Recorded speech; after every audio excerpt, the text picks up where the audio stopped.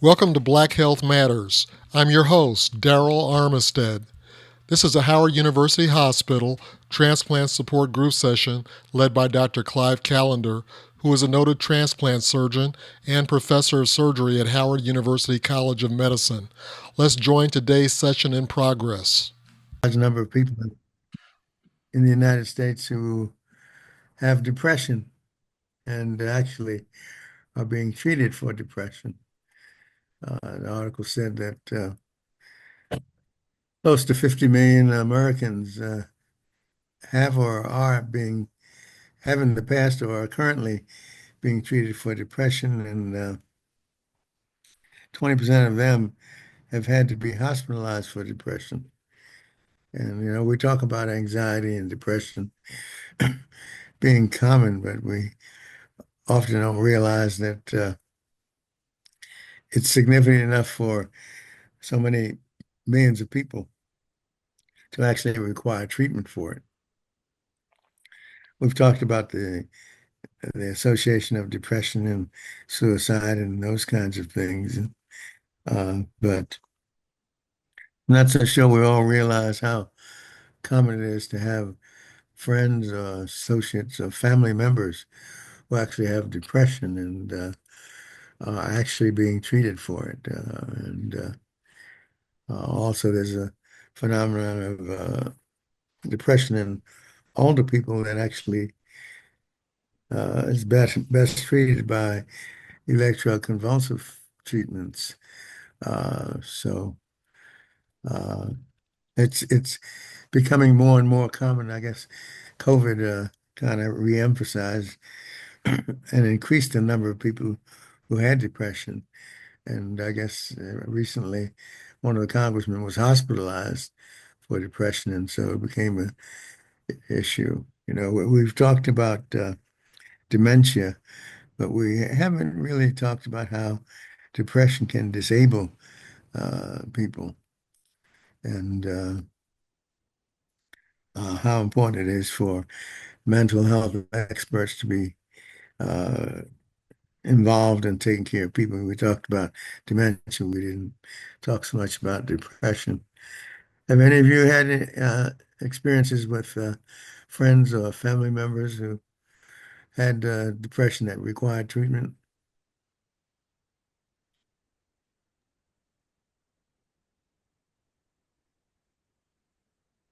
Yeah, I've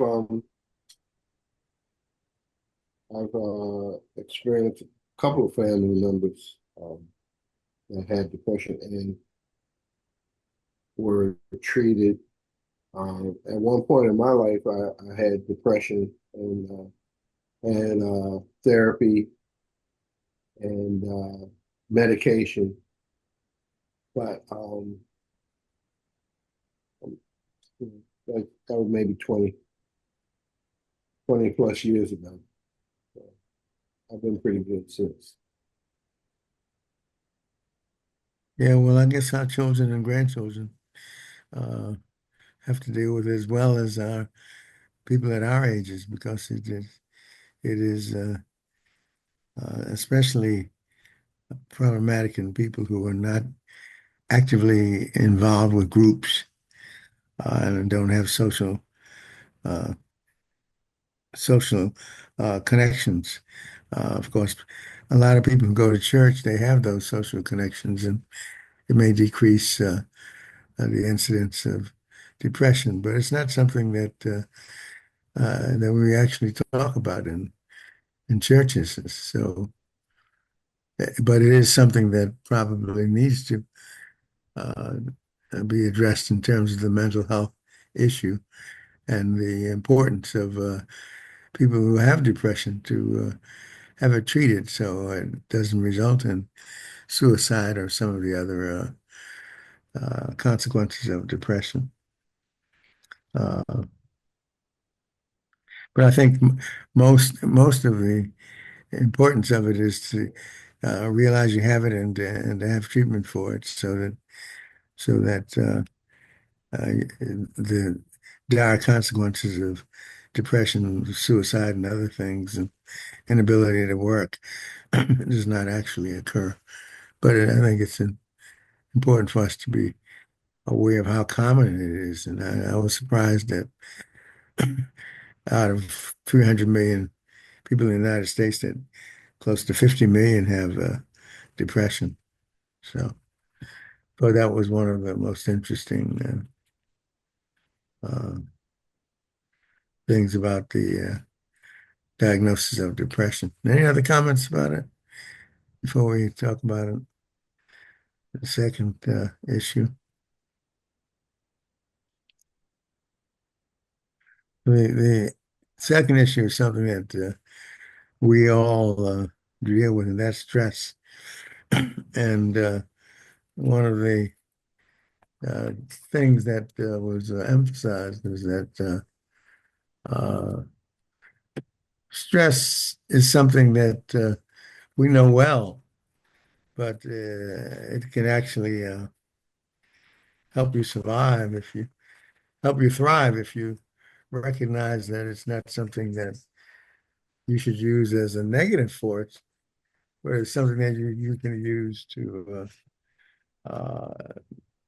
make it positive and help you to thrive.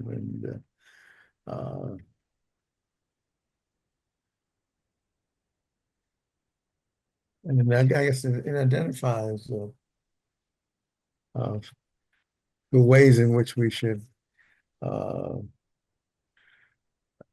recognize that stress uh, should be used as a positive. In other words, you can make stress, you have stress, as we all have stress, but it's how you handle the stress that they emphasize is what is the issue. And I guess we as a group, we as people, because of our complexion, automatically have stress. And so uh, if we recognize that we should think positively about whatever we consider as stressful, and if we believe that we can overcome it and make it a positive issue rather than negative, that was the first thing to do. And second is to uh, recognize that addressing stress can enhance your performance and make you a better person.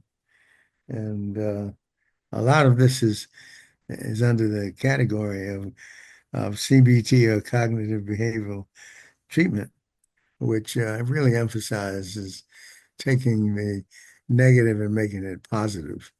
And I think that that mindset change uh, is probably what keeps us as a people from being overcome by the stressful situations that our complexion actually uh, leads us into. And so we can make it a positive issue rather than a negative issue. And I think that that's something we do almost automatically and instinctively, because if not, we wouldn't survive. Any comments about how we've learned to handle stress over time and to make it uh, from something that uh, could be deemed as negative and turn it into a positive? Any comments on how you've managed to do that throughout the course of your life?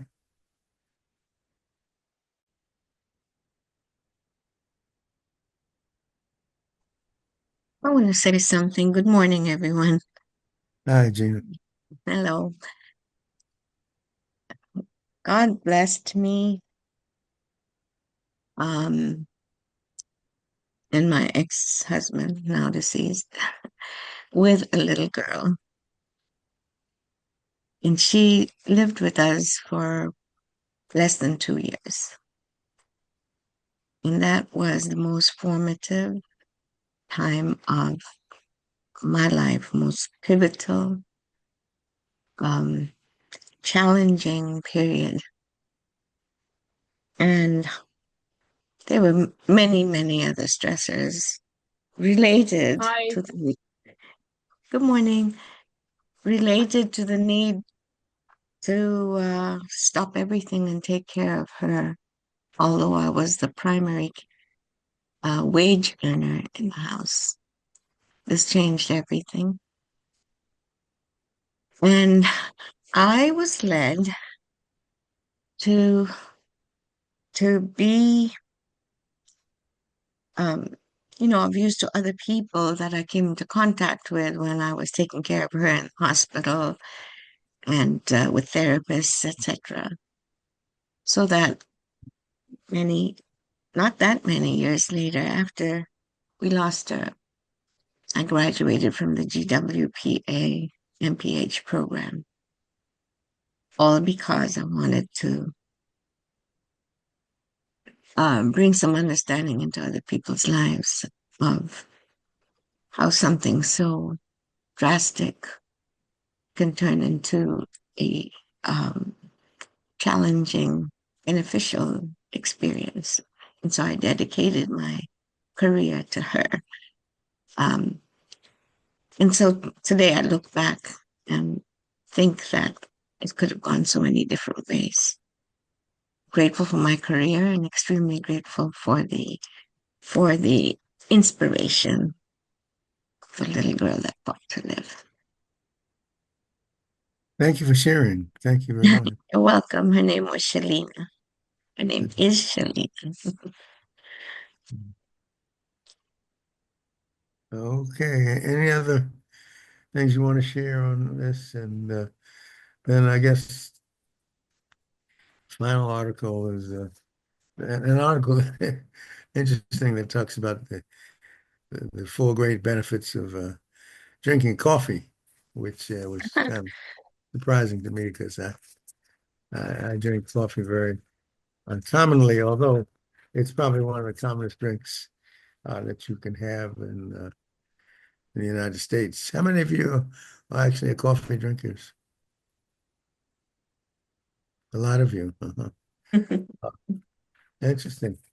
Um, and it's surprising to me the many positive things that this article talks about of drinking coffee.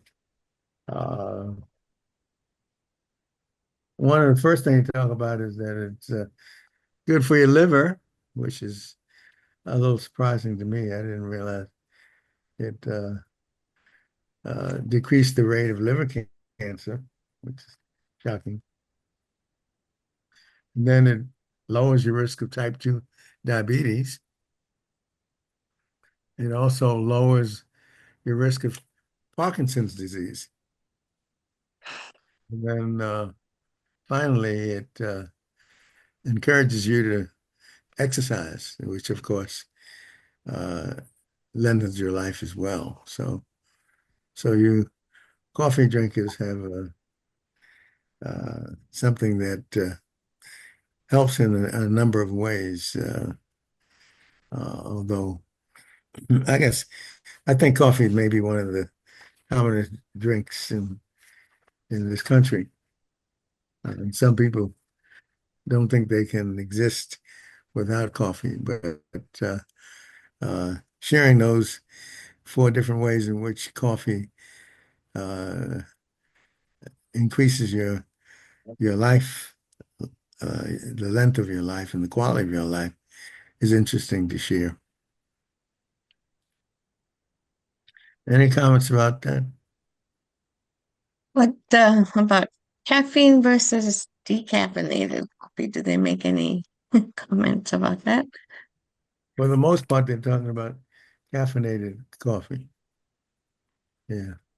And they didn't actually go into the difference between decaffeinated and caffeinated.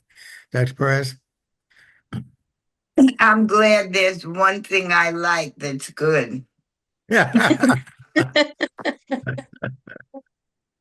Uh, yeah. I enjoy it as well. And coffee, for my son and I, if he has something on his mind, he'll call, Ma, what? Put on a pot of coffee. and we will sit with coffee and talk. And I enjoyed coffee the most on Sunday mornings. That's something that my husband and I used to do. We would always have a big breakfast.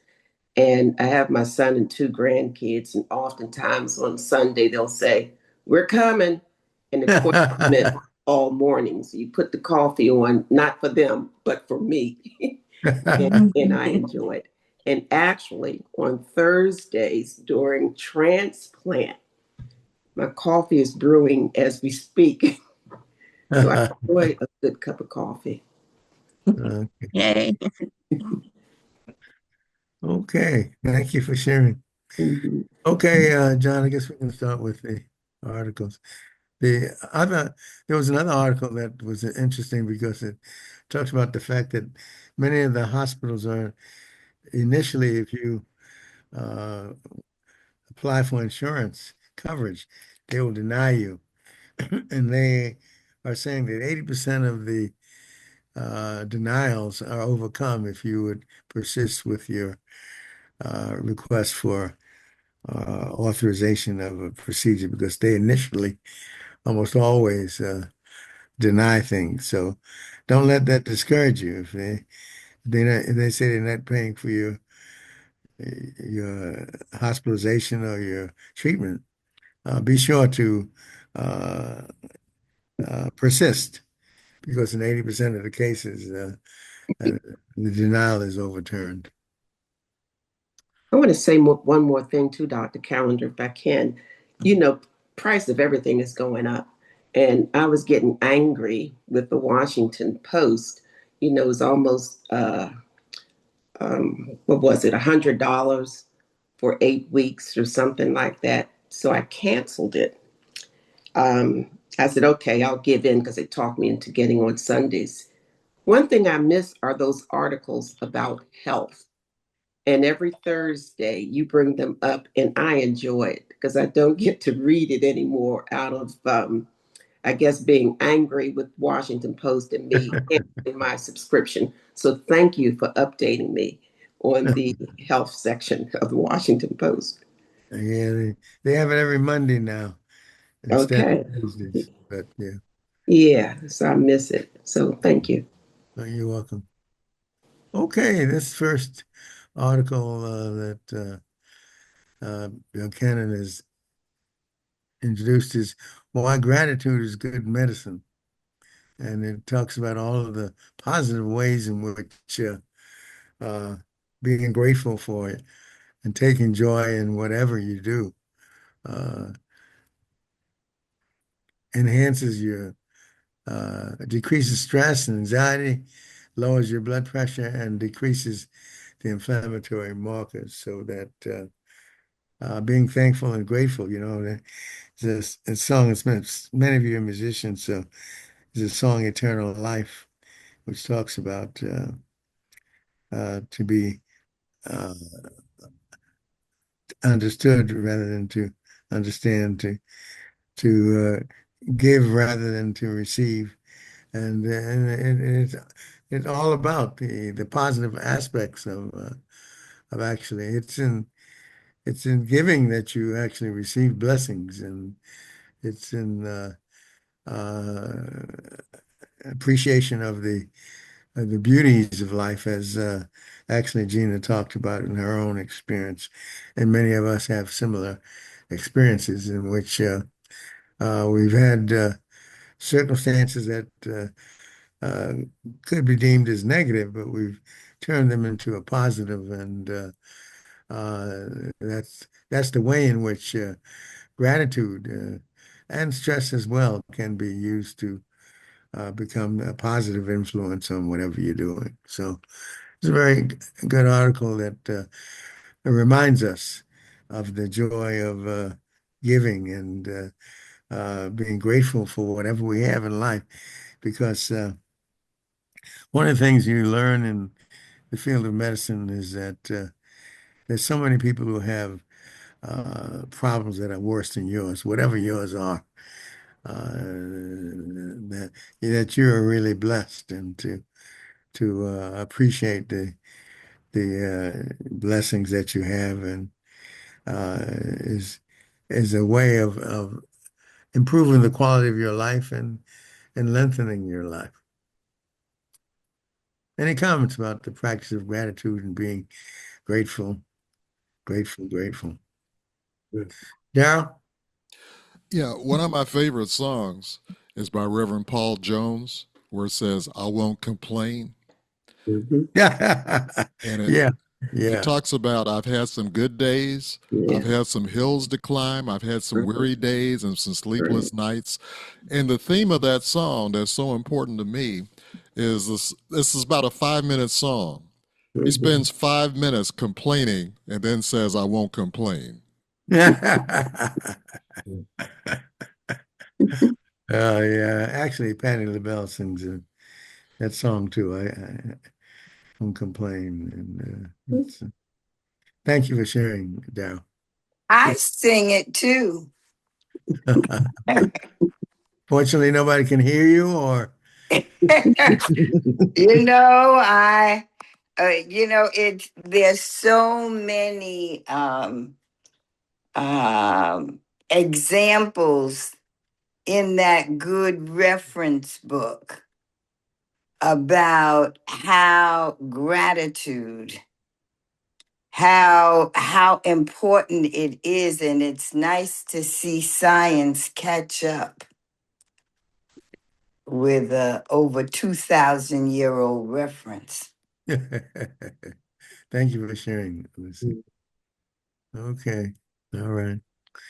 Okay, I guess we can move on to the next one, the next article. Oh, this is an article when we had that heat wave. Uh, there was an article also in the Post that talked about how heat was uh, bad for every disease you can imagine. One of the things that most people don't recognize is that heat can affect your mental health as well, and uh, uh, being overheated is dangerous. And as this article talks about that, heat kills more people than floods, tornadoes, and hurricanes combined, which is surprising because we tend not to recognize that how heat makes us feel. And being overheated makes us feel. And also, heat exhaustion kills you. Just read about a sickle trait athlete who died as a consequence of it. And overheating was one of the problems. And it talks about the simple things you can do. This article talks about the simple things you can do to overcome when it gets up to above 90 degrees. Uh, Little hints that we include in this article to talk about actually uh, getting air conditioning. And then, of course, if you don't have air conditioning, then you can go to a movie theater or a public library or some place that has air conditioning because heat really can kill you. And uh, talk about whether your medications enhance the consequences of heat, staying hydrated and trying to stay cool. Darryl? A couple of weeks ago, Lionel Richie was on stage with his Earth, Wind, and Fire tour, and he Mhm. got dizzy. And he told the audience that when you're dizzy, sit down, which he did. He sang a song sitting down, then he left the show. They said it was dehydration. But my comment is for like heat stroke happens really quickly. And one of the first symptoms is you feel a little dizzy. And if you do, sit down to prevent a fall because you can easily pass out in the heat if you're feeling a little dizzy. Mhm. Thank you for sharing. And it's often easy to underestimate uh, the severity of being overheated and how drinking and a lot of water can really help you because when it gets hot, uh, heat exhaustion and actually as this article mentions, actually kills people. So it's important to stay cool. Yeah. Okay. Well, of course, as soon as the heat wave is gone away for this week, next week it'll probably be back again. So have to keep all these things in mind because heat is, and I think a lot of people don't appreciate the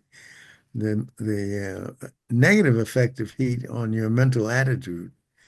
This article talks about how mild weather uh, changes your mental health, particularly the warmer weather. And uh, so keep this in mind and keep cool, stay cool, as they say. Yeah. And when it gets hot, remember, uh, it makes you hot too. And you may become mentally anguished and it increases your depression as well as other things. So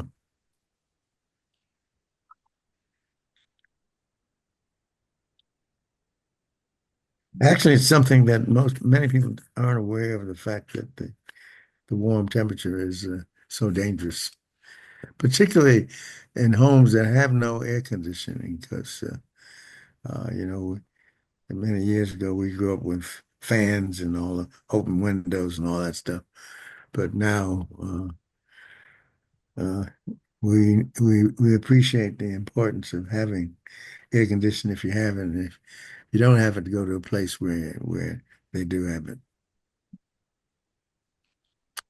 Okay, let's go to the next article. Let's see. Well, this is kind of a sad article in the sense that here's a disease that is preventable, that is surpassing 2,000 already in 2026 and threatens our elimination status of measles. And all of this related to the fact that we're not getting vaccinated. You it talks about the uh, importance of having over 95% of the population vaccinated and how that prevents, helps everybody.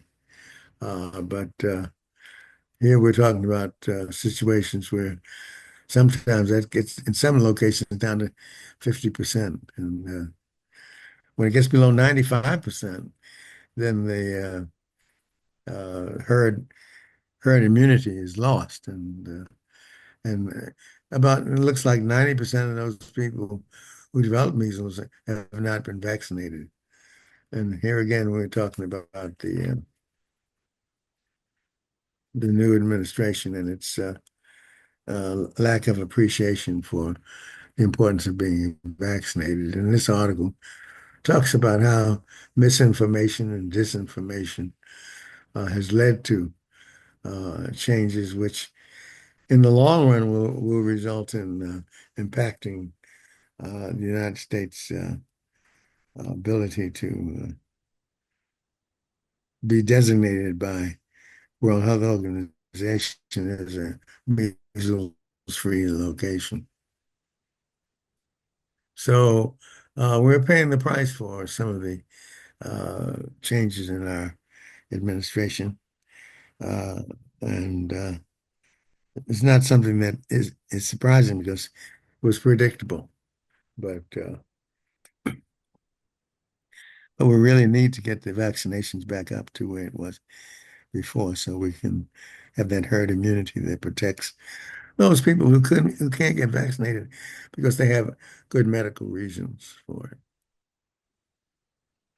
Any comments about the measles? As you notice, 90 to 95% of the people who have measles are people who have not been vaccinated.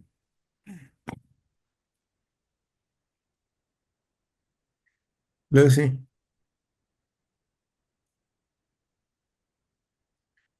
Yeah. Dr. Like Price? so many, like so many things that, it's almost as if we're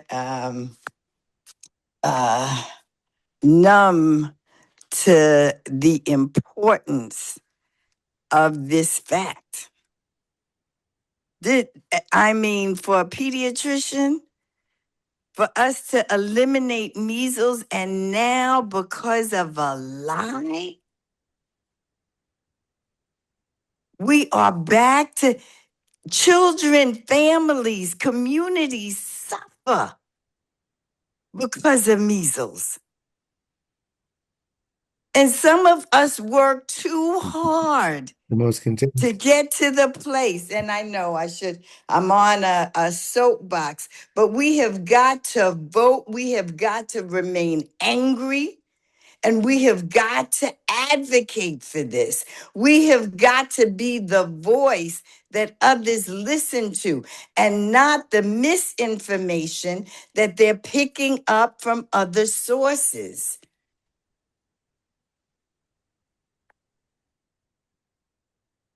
Thank you for sharing.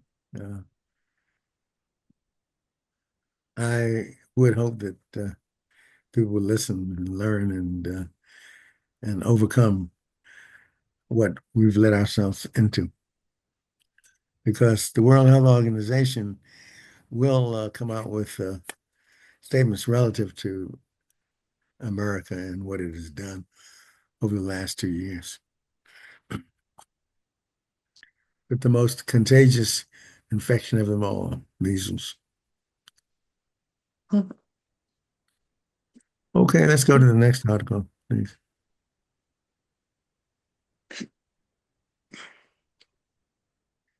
This is interesting here. The cancer anxiety treatment, they compared cognitive behavioral therapy with music therapy. I remember when I had a relative who seemed to have dementia and seemed to be almost unconscious, and we brought her some music, and she seemed to wake up, and we wondered this coincidence or cause. And now we have many, many, many studies that are identifying music therapy as an important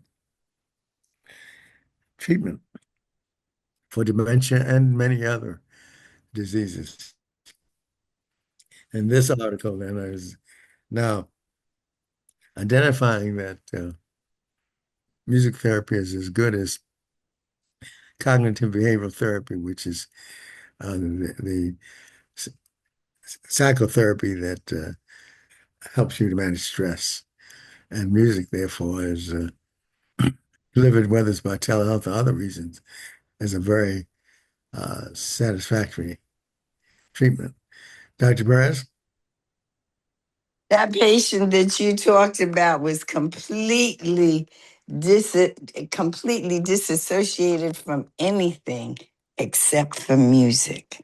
She was nonverbal. And you did that experiment over 30 years ago, and she sang. She sang. That was interesting. That was amazing. Yeah. One of the great experiences of my medical career, which wasn't even attempted medical. Yeah. Uh, John Buchanan.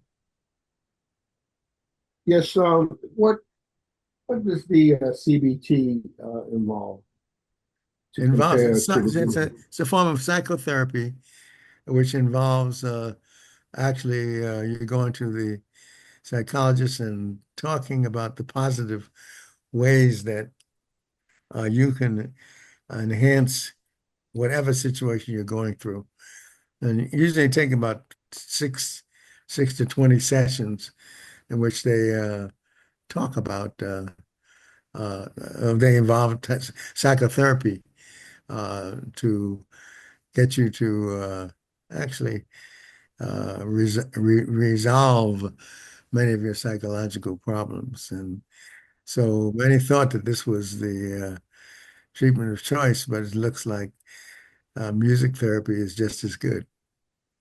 But that's what cognitive behavioral therapy is, where you go to the psychologist and they let you get on the couch and talk about your problems, and they help you talk about positive ways to overcome them. Yeah, I had that really positive experience with my mom having dementia, uh, and she looked like she was heading out the door.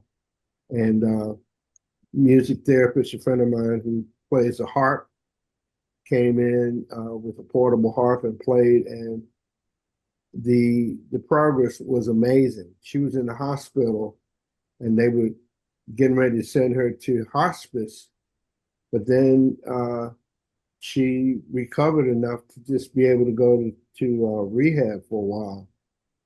Wow. So yeah, it's the power of music is really something that I have witnessed personally. It's amazing. Thanks. Dr. Also Perez? experience, sorry, go ahead. No, please go ahead. I'm sorry, I still have not found the little hand, so I should just raise my hand physically. However, everyone has their favorite musician or singer. And for me, there was a point in my life when I was making a turn in my career where Andrea Bocelli's singing was for me the most healing, that in combination with nature, the most healing influence, and was able, and it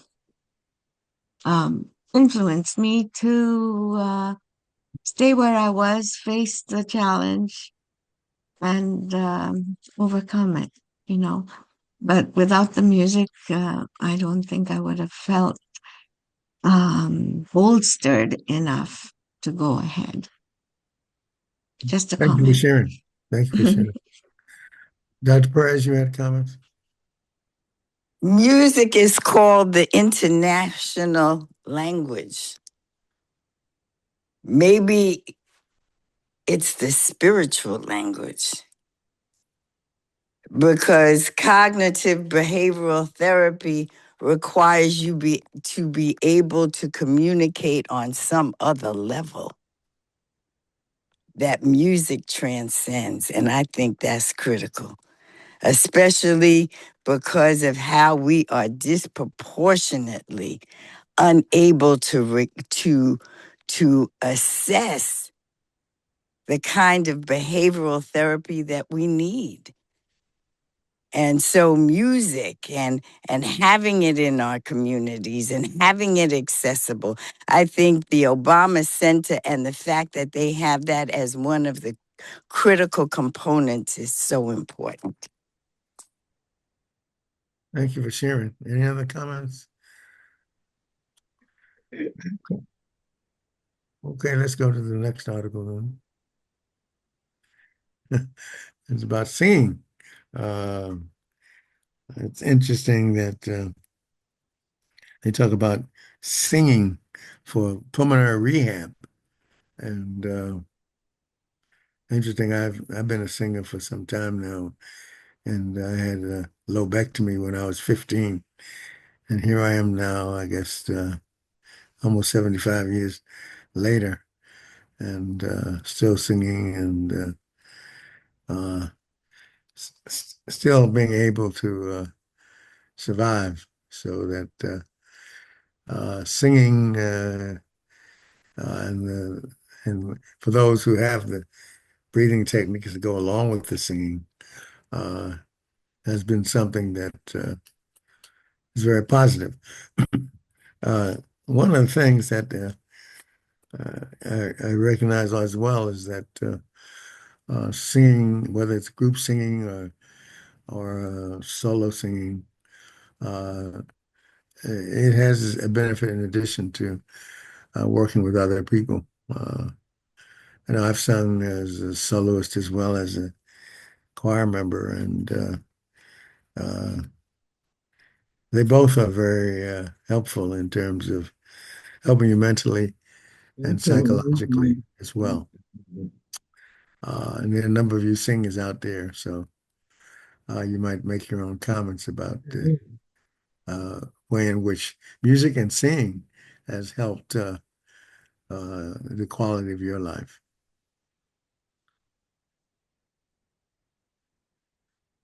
And there are those who really can't sing, but they still sing, and they're it's helped them, even though it may offend others, but it helps them. They may not sing like Andrea Bocelli, but they sing nonetheless. Any other comments about singing? Darryl, you're singing. Any comments?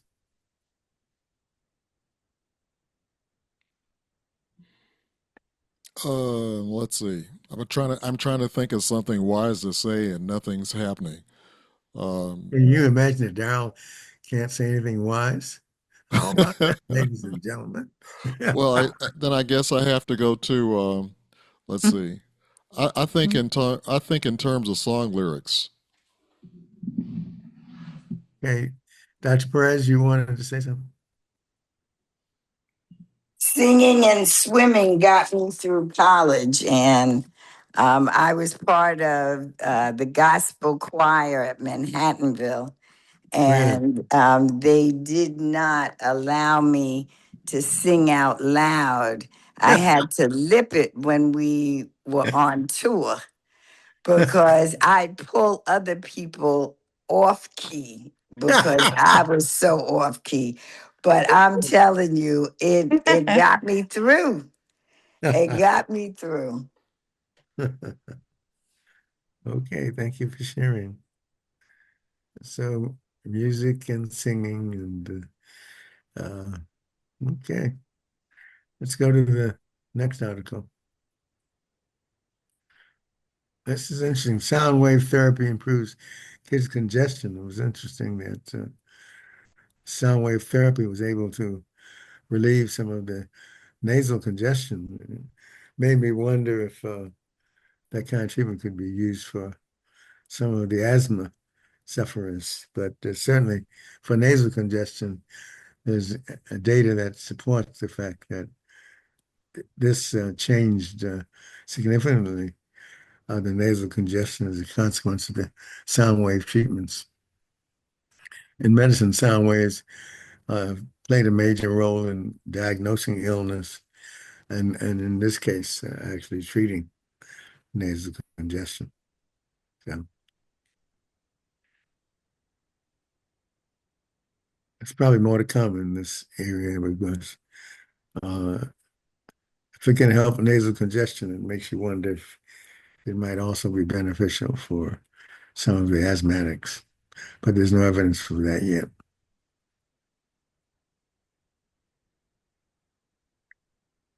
Okay. Um, let's go to the next article. This is an article that talks about the fact that rural people don't get the screening or medical screening for cancer and other things that urban people do, and significantly different, primarily because of the inability to pay for it. And it's kind of a sad commentary that we still have a situation which is getting worse because of our administration, which is going to decrease the possibility of Medicaid to uh, the poor populations over the next couple of years. And that will therefore widen the disparity between the rural and the urban populations, which is not good, uh, especially since the Obamacare has reduced the number of sufferers of many of these conditions. But the Trump elimination of the Obamacare is going to do just the opposite. And so being aware of this disparity between the urban and the rural is something that is going to worsen uh, in 2026 and 2027. because many of the Medicaid populations will be eliminated. It's infuriating.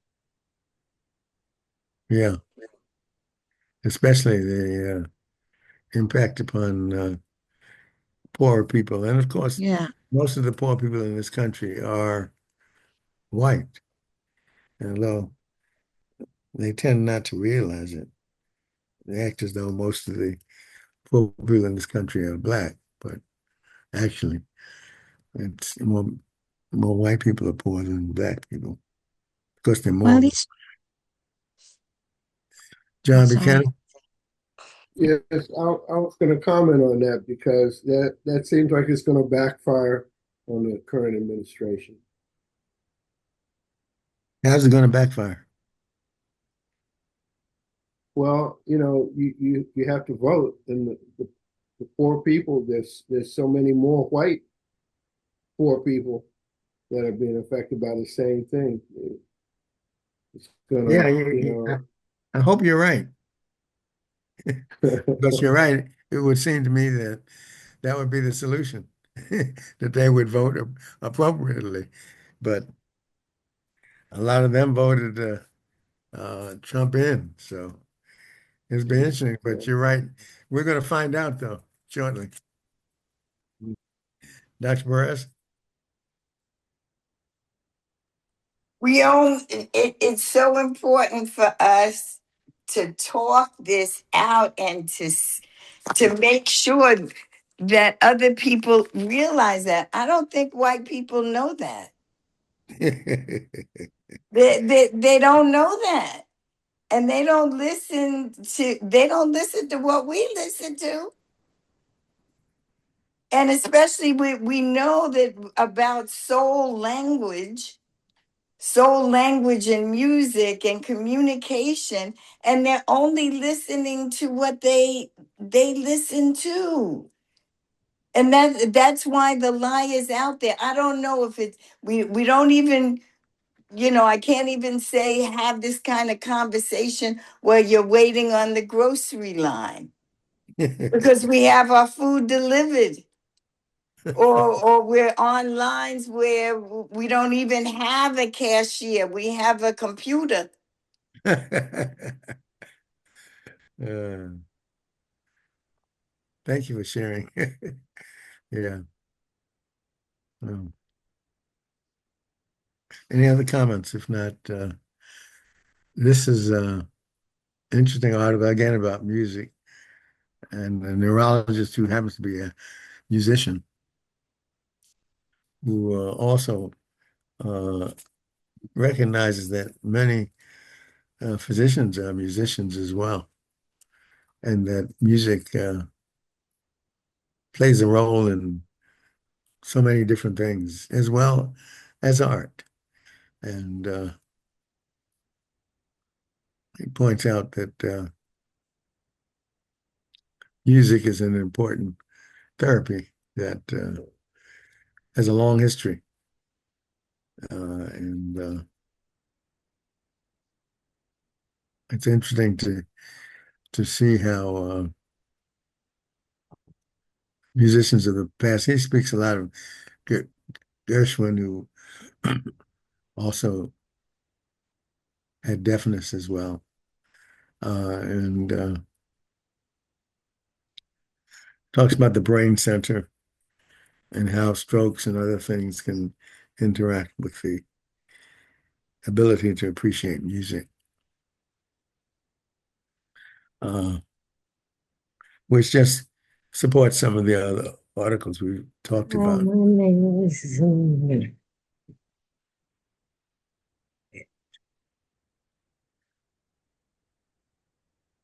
And so it's interesting to see how we now can uh, do brain studies. They can identify how music affects the brain and what part of the brain is actually affected by music, and whether it's the parietal, frontal, or temporal lobes. And it's going to be interesting as time goes by, as we learn more about the ways in which to study the brain and its relationship to music, piano, uh, and they also talk about the uh, autism and its association with perfect pitch. I don't know how many of you actually out there have perfect pitch, but uh, it's not really a very common phenomenon. But you musicians can make comments on that as you feel is appropriate. But anyway, that's what this article is talking about, and how that the music can help with dementia more than most people realize, as we've already talked about. Any comments on music and medicine? Dr. Callender, I just noticed a little comment in here in your article about how it even helps neonates in NICU. So That's not interesting. just on the elderly side with Right, dementia right, patients, but also babies. right. Yeah. That's very interesting, isn't it? Yeah, yeah. Darryl? Yeah, I think it's probably a very under-researched topic um, because there's so many treatments that can be related to music. Um, we had the earlier article that was talking about music therapy, and there's some things like tuning from a musician standpoint. Standard tuning is A440, but natural tuning is A432. It's slightly flat. Some people say that's the explanation why people sing naturally flat but have to train themselves to sing on pitch for A440. But music, like say Prince recorded all of his music slightly flat at A432. And they say that listening to music at A432 can reduce hypertension and heart rate. Um, it's more relaxing played at the natural pitch. Um, there's crystal harp therapy. My wife is interested in that. There are healing sessions that are done at local libraries where the range of natural frequencies coming from a crystal harp can be physically therapeutic. Um, there's tuning forks that at different frequencies that they say can treat different conditions, just like this article was suggesting. But it's a very under-researched topic that could be responsible for some medical advances if we could just research it. Thank you for sharing. Yeah. Any other comments?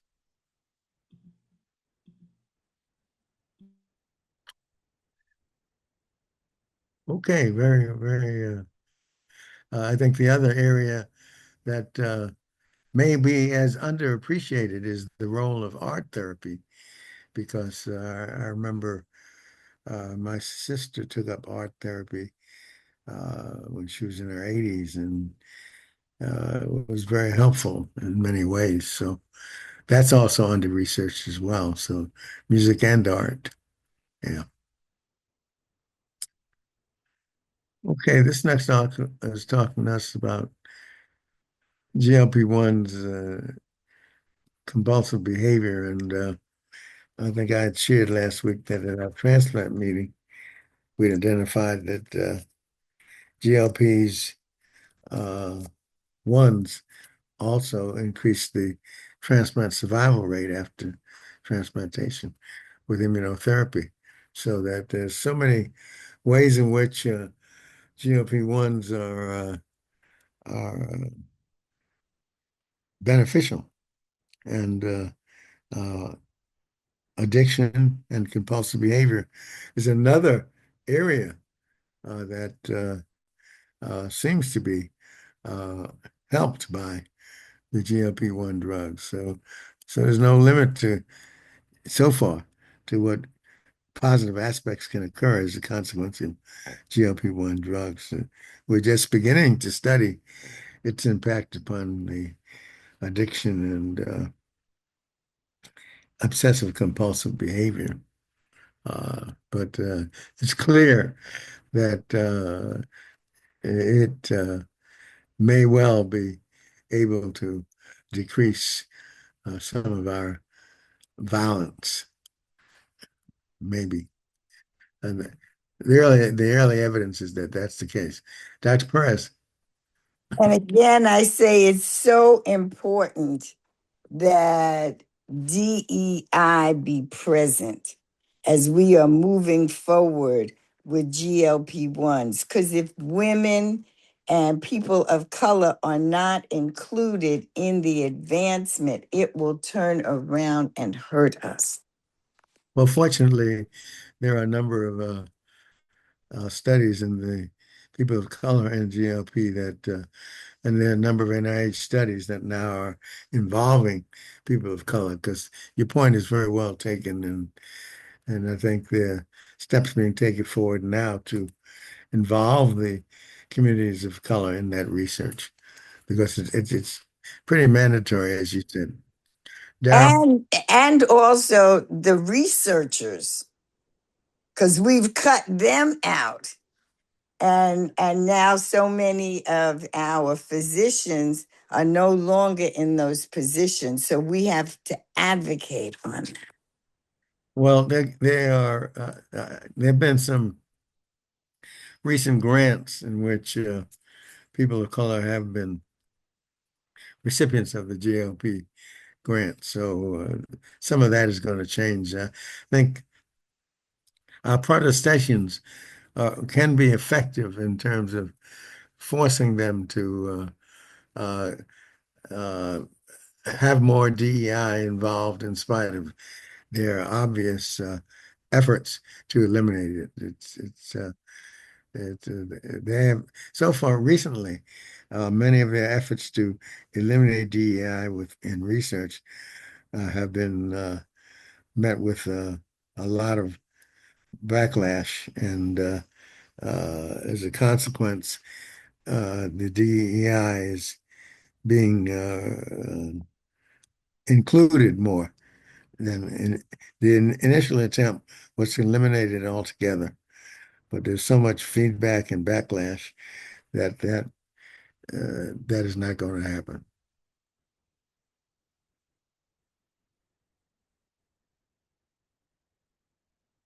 Darryl? Yeah, being hangry, that's a mix of you're both hungry and angry at the same time. That can be the compulsive behavior that could drive a lot of the compulsive behavior that we're talking about. Not everybody experiences uh, extreme hangriness. You know, it's generally it's a response to low blood sugar. Um, I spent most of my life being a hangry person until I got my cardiac ablation for AFib a couple of years ago, and I haven't been hangry since. So I'm just suggesting that if you're experiencing hangriness, you probably have a medical problem that needs to be addressed, and it's a good idea to investigate and see what's going on because it's not a natural way to live. Um, now I can go without eating if I need to, 8, 9 hours, um, and I'm okay. I'm hungry, but I'm not hangry. But it's improved my quality of life by not being hangry anymore. And I passed by a restaurant yesterday while I was out driving called Hangry Joe's, and it kind of reminded me of that. Uh, Thanks for sharing. Interesting. Okay. Okay. Now, this is an article that caused a lot of controversy because I'm talking about stepped alcohol treatment via telehealth reduces alcohol use because the mindset was that you either stop or you don't stop. And this stepped reduction is very controversial because many people don't believe in it. And this is a study in which via telehealth, they did reduce alcohol use by a stepped alcohol treatment, which it's the only study I've seen like this so far. But they also used motivational interviewing sessions along with it, and the data did suggest that it would make a difference. Uh, but it's the first article of a kind where I've seen where because most people talk about either completely off of alcohol or not any in between step. Yeah.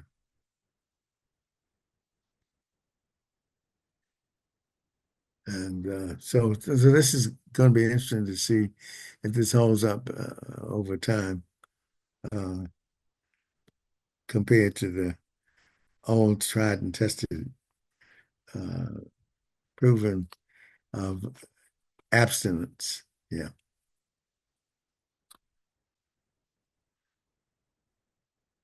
So it's going to be interesting to see. I don't know. Alcoholism is a unique condition. And of course, um, anything that would improve the function of the liver, as this appears to do, is certainly worth studying more. Called stepped alcoholism treatment. As you remember in the old days, if you didn't stop completely, they wouldn't do a liver transplant on you. Of course, now they're more reasonable, but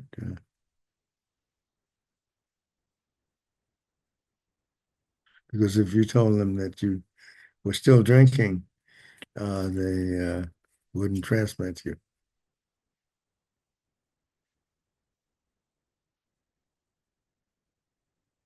Okay, let's go to the next article.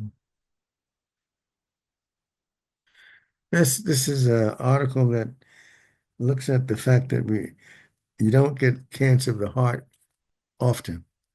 As a matter of fact, very rare. And so the question is, why is it that the heart is rarely the site of cancer?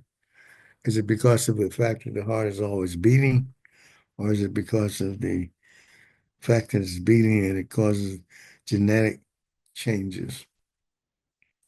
And after all of the studies were done, it appears that it's a combination of things. And the fact that it is constantly beating does have an impact because the studies that they did showed when they put the non-beating heart in, that heart had developed cancer when cancer was injected into the heart. But if the heart was beating, it would not develop the cancer. So it's thought that the beating of the heart uh, does something genetically as well as otherwise that makes the heart an unlikely cancer source.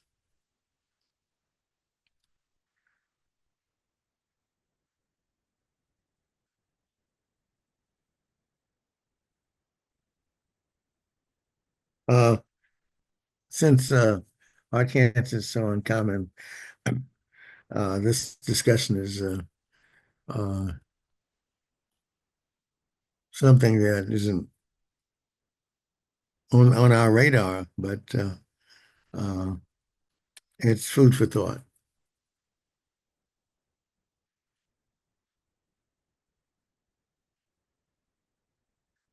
Because the heart is, as long as you're alive, is going to be beating. So, but it's thought that the genetic changes that occur as a consequence of the beating heart will continue to protect the heart from being a likely source of cancer or cancer metastasis. Okay, let's go to the next article there. It's an interesting article. You already have cancer, but for hematologic cancer survivors, they have a significantly increased risk of developing cardiovascular disease. So we have to keep that in mind. So as we cure the hematologic cancer, you have to also treat the cardiovascular disease because the number one killers in the United States today are heart disease and cancer. So,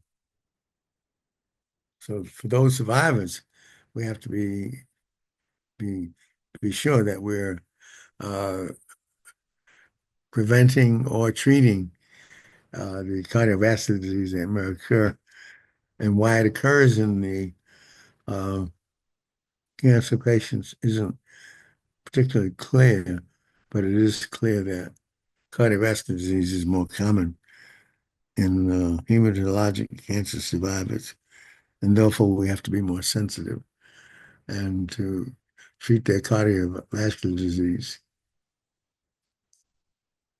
because whether you die from heart disease or cancer, you're still dead. So, so it's important to be aware of this and treat both conditions.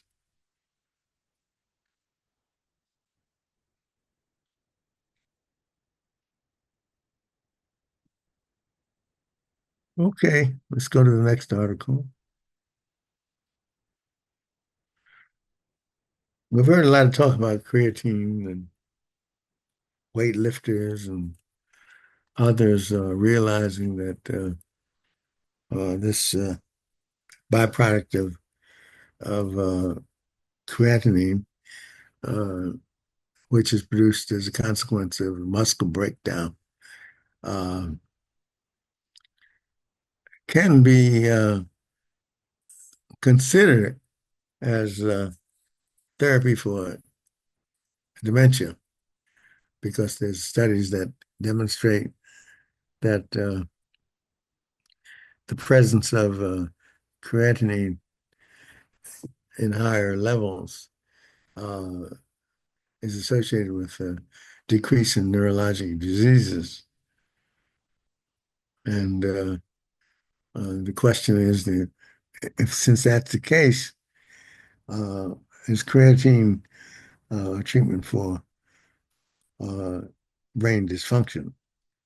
And there are no studies that have actually answered this question.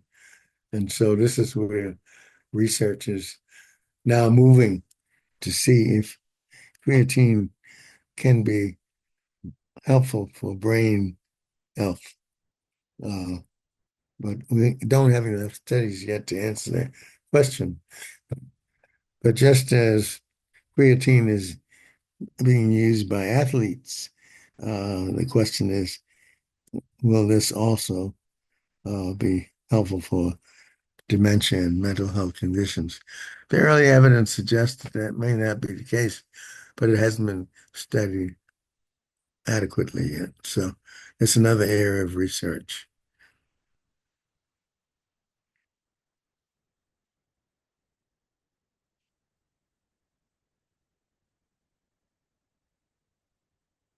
One of the things that has been a problem for me is the number of young people who are having sudden deaths as a consequence of the emphasis on weight lifting and taking creatinine as well. And so uh, it's appropriate to have as many studies as possible so we can get some answers uh, to find what is the place for creatine administration in healthy adults. And so this is being studied, but we don't have all the answers in yet.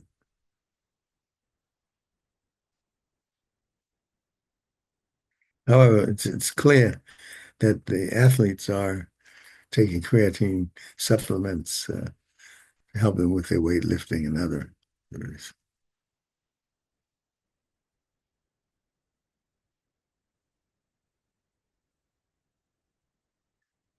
Okay, let's go to the next article.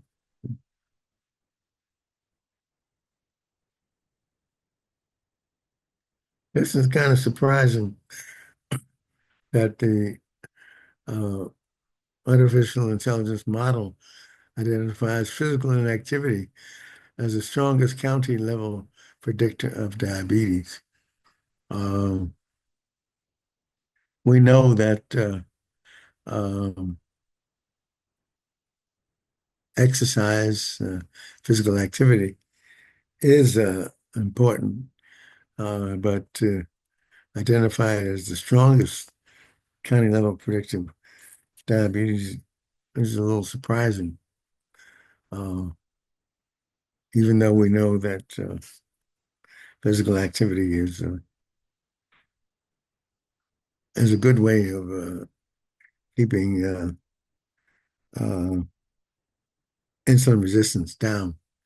Uh, and that, of course, is what is the problem with type 2, I mean, diabetes, in contradistinction to type 1 diabetes, where the body's not making insulin, whereas type 2 diabetes, the body is making insulin, but insulin is not accomplishing its desired effect, which is to keep the blood sugar at a normal level.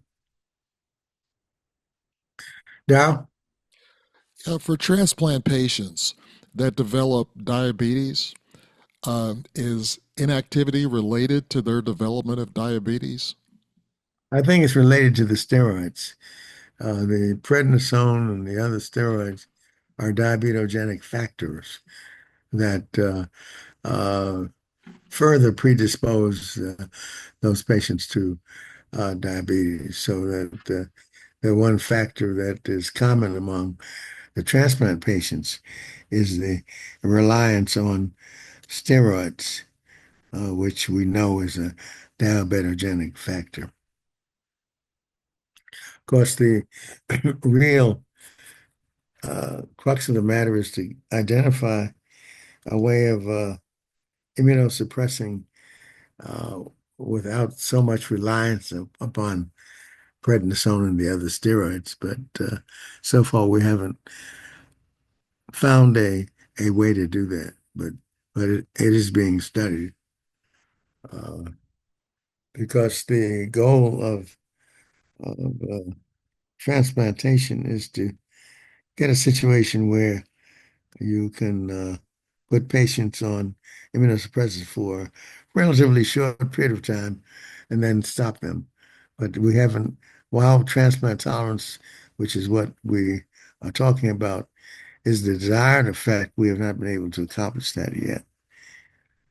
We have, in some circumstances, with unique transplant regimens where they have used bone marrow and other things. But in general, our reliance on steroids is still great, and that is thought to be the commonest diabetogenic factor that accounts for the association of diabetes in transplant patients.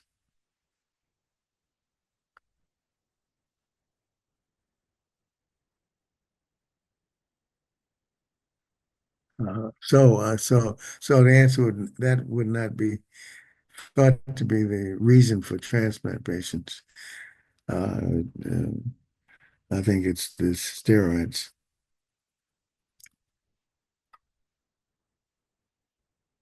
Okay, let's go to the next article. This is it's a very interesting article. It talks about the fact that heart rate variability, which can be measured by a smartphone metric, could be the next brain health frontier, and that by having on the smartphone heart rate variability, that may well be what turns out to be a way in which you can monitor your brain health.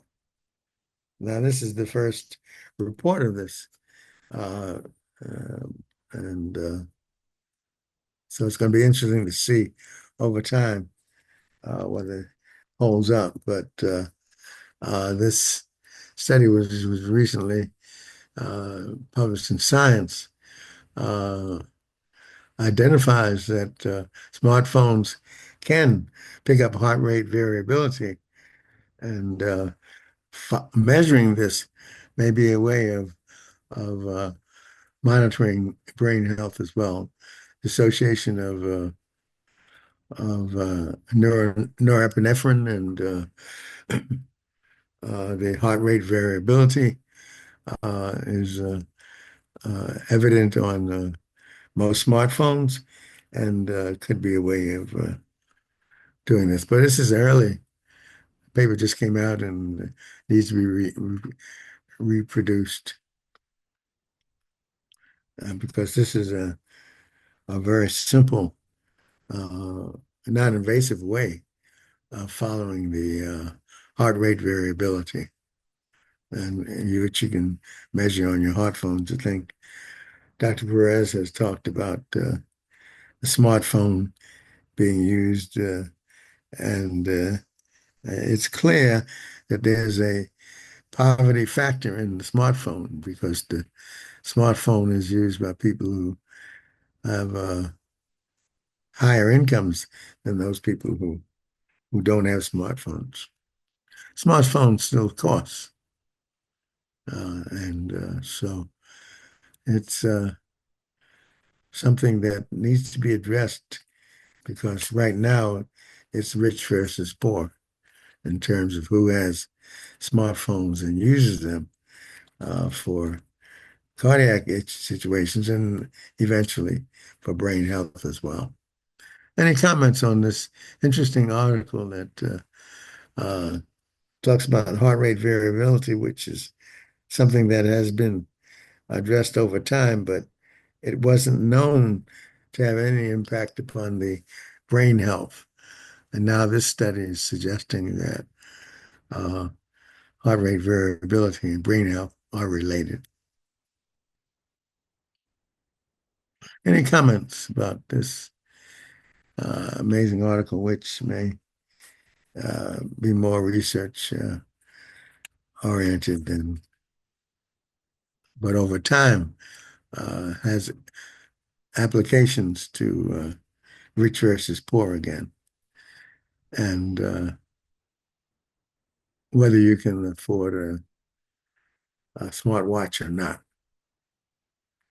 How many of you have smart watches?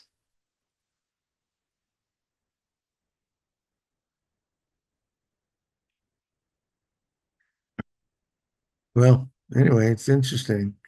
To me, the one thing that is problematical is that it does emphasize the disparity between those who are poor and those who are not. Darryl?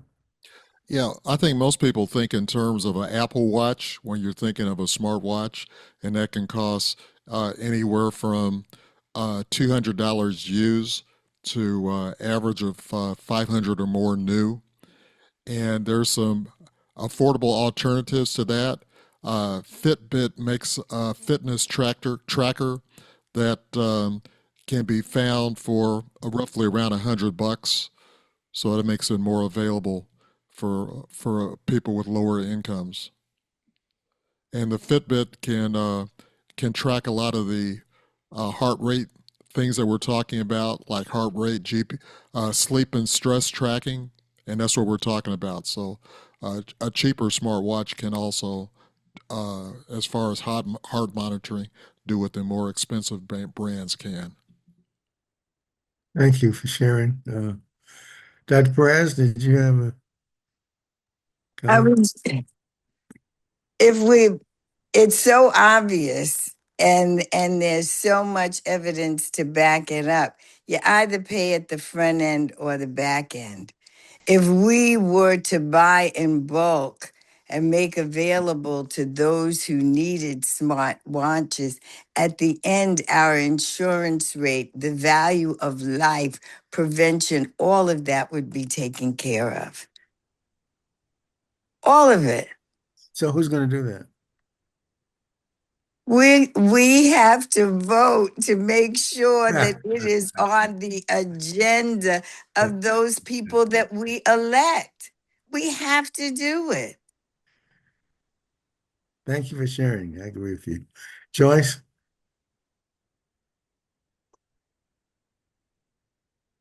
Yes, I have a Fitbit, and I use my Fitbit constantly during the day and at night.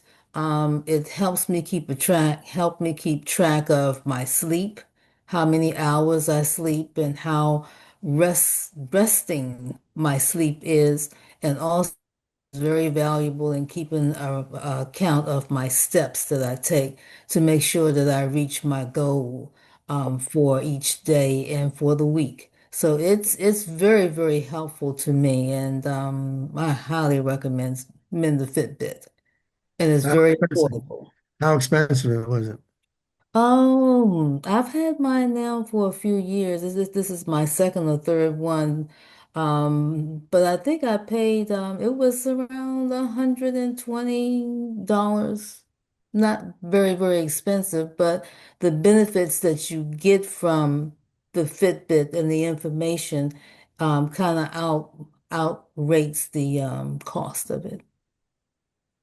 Right. And so if you believe that, then that, and so here again, it's about information is power, Yes, and exactly. education is power, and you got to educate the community to the point where they recognize that it's an investment that's worthwhile, as Dr. Perez was saying. And you also have to have, uh, in addition to an educated community, you have to have a community that can afford the $100. Yeah. Mhm. That's true. Yes. Anybody else comment? Okay. Go ahead, Good comment. morning. Good morning. Morning.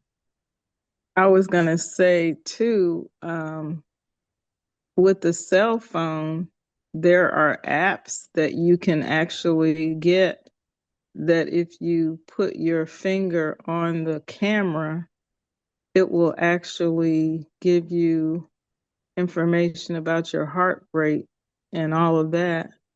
But it's part of your cell phone camera. And I think people probably don't know that those kind of apps exist, but they do. So if you have a camera on your phone, you're able to actually measure your heart rate and that kind of thing with some of the apps that are free online. So I wanted to share that. I have the cell phone or the watch, but I normally don't have it on. So I guess I need to start using it a little bit more than I have. Well, to me, the big issue is uh, community education. And education and information is power, and sharing the information becomes one of the most important things, as you mentioned. And the question is, who's going to take the responsibility of doing this? Because I think as we address and identify more and more ways in which this smartphone, Fitbit, uh, cell phone adaptation can be helpful, I think the more it becomes a key to life. Yeah. And so uh, here's another situation.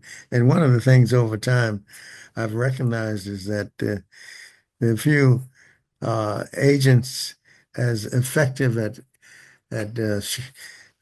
sharing communication as the community, because an informed community is a very powerful source of the future. Dr. Perez? And by example, I know it's in the future, but giving smart watches and phones as presents, as gifts. I mean, Father's Day just just passed what a wonderful way to speak about something, about one's health and the importance of tracking it. Than in a gift. We gave presents from our church, and it is my hope and belief that between our services we will begin to educate our senior saints on not to be afraid of technology, and and how we can get it for them and get them started with it. I mean, you can take your smartwatch and it'll find your phone.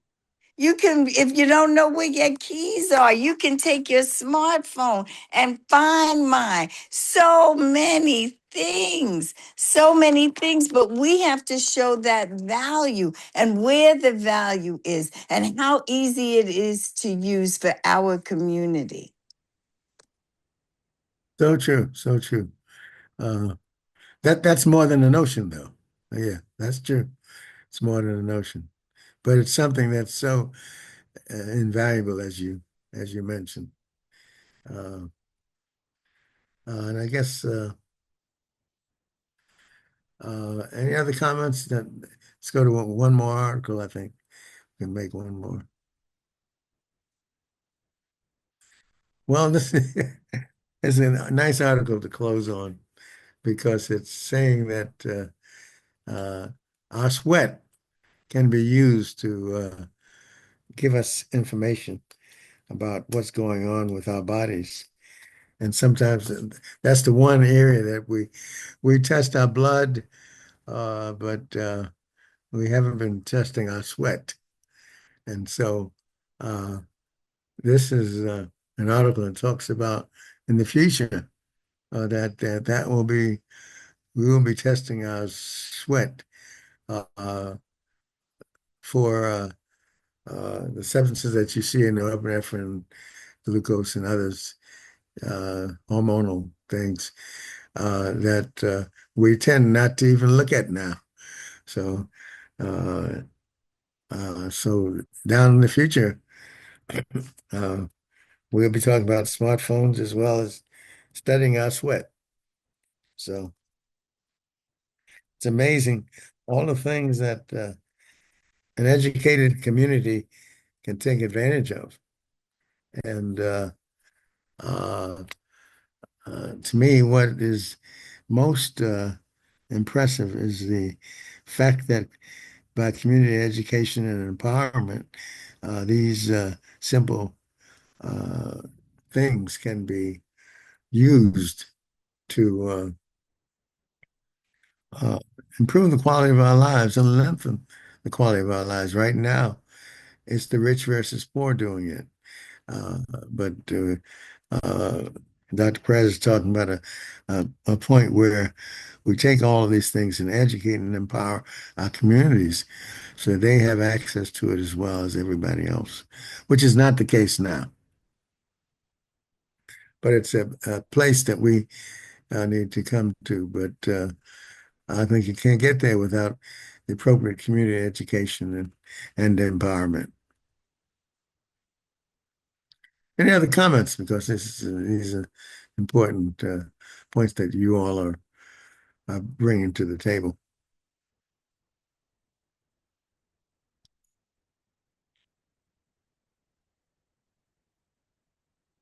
No comments? Okay. Well, that will be our last article, and um, thank you for attending today. And any closing comments, Dal, John? I wanted to welcome Carlin. This is her first time coming, I think, and she's a member of my scuba club and part of Oh, the really? local club and Yeah. international club. Yeah, so Wow. she's she was diving before I was diving. So Welcome, we Carol. have to have Thank you. yeah we have to keep up with our health annually in order to dive. They will not let us dive unless we have, you know, clearance by our physician. So she's one of those people that really pay attention to health. So welcome. Thank you. Wonderful. I've listened to some of the podcasts, the past meetings you've had, and I find them very informative. And I appreciate you allowing me to be a part of your group. Thanks. We're thrilled and excited for you to join us. So continue to join us. And I guess will you be missing next week also? Yeah, we'll be away. Yeah. Okay. All right. All Okay. right. Thank you. Well, see you after you get back then. Okay. And see the rest of you next week, God willing. Thank you for joining us today. Okay. Thank you. It was wonderful. Have a great week, everyone. Bye-bye. Thank you, Bye-bye. Dr. Callender. Bye.